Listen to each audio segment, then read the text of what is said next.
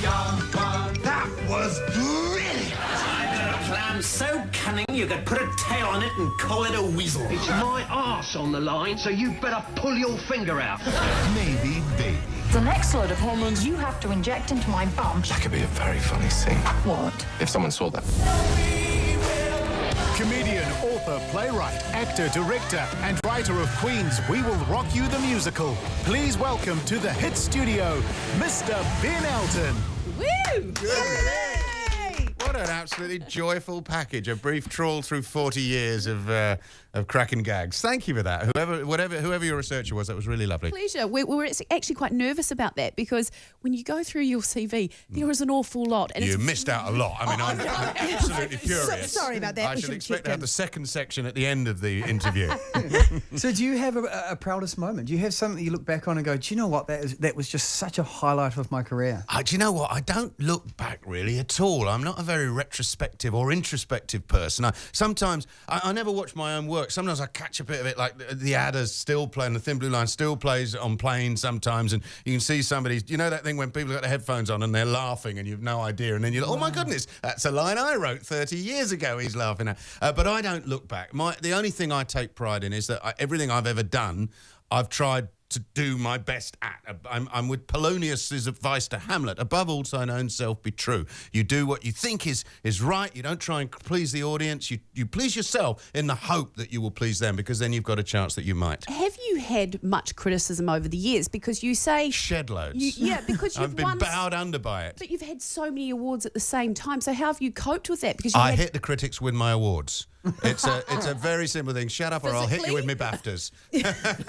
No, look, I was being trolled before when people used to think trolls were little mythical beasts that lived next to, in the coal mines of fairy tale land. No, the trolling is an ancient sport in my time, and I'm quite glad about the internet because it seems to have democratized haters. Everybody gets it now. You could be a saint and you get trolled. So yeah, look, of course you get critics, and sometimes the critics have got something useful to say and something to add. I'm not going to argue with it. I've had a lot of success, and I've had a few beatings uppies. You just have to take it as it goes. I'm fairly well relaxed about that. You haven't been to New Zealand for about 10 years, but you're here for your new stand-up comedy show that you're bringing to New Zealand, which we're very excited about. What have you been doing for the last 10 years? I've been, I started off wiping bums and changing nappies, and I ended up doing laundry of horrible student underpants. It's much the same. Bringing up children is one long laundry, and you're in the kitchen or in the laundry. I was very lucky. My wife and I were able to share all that because I'm a writer. I stopped touring because I wanted to be more of a family man. Touring takes you away.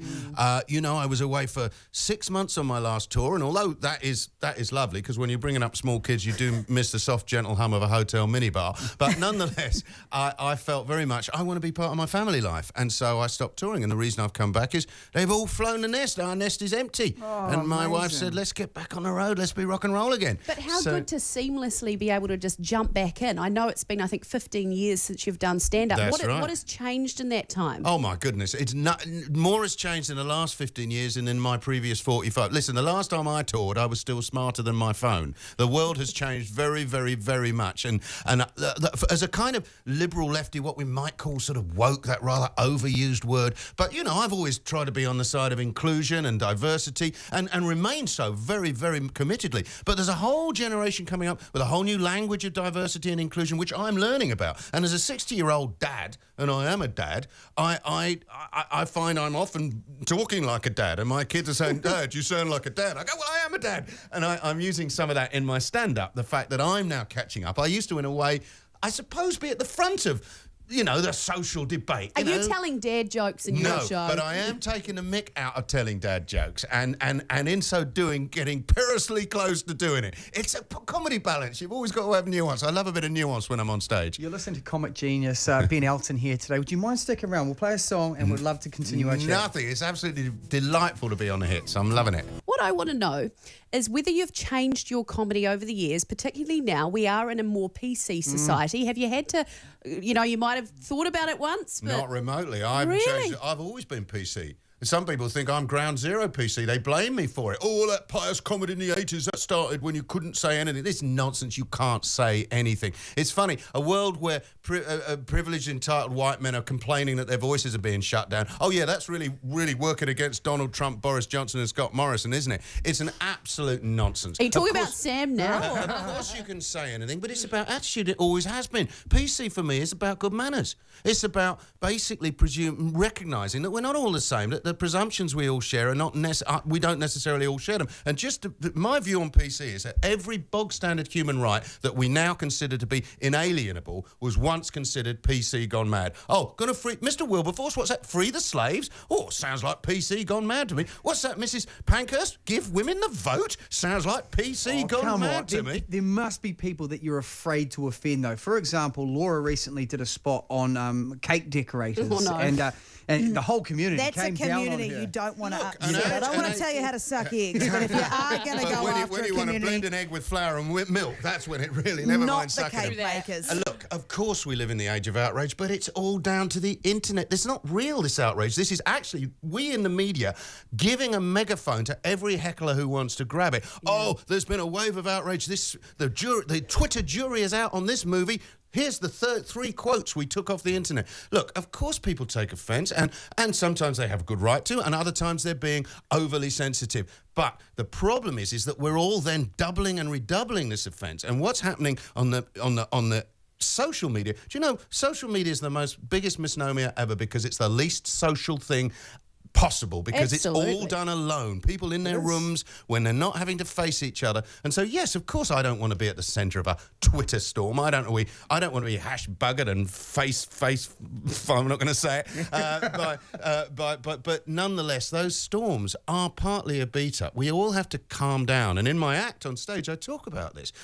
Conversation is nuanced, and we're all expecting simple yes-no answers. Are you in or out? From Brexit to trans, everyone's expected to have an instant and absolute position. And of course, life is complicated and questions are thrown up, and we all need to take a little more care with each other. And certainly, I have to say, a combination of the clickbait of Twitter redoubled by the media feeding off it, and suddenly Piers Morgan's grabbed some apparently outraged Twitter and has made it into this national outrage. I don't know if your listeners know to whom I refer. Yes, they do. He's been on the show. So yes, of course I'm careful, but I always watch my language. I would greatly prefer not to give offence.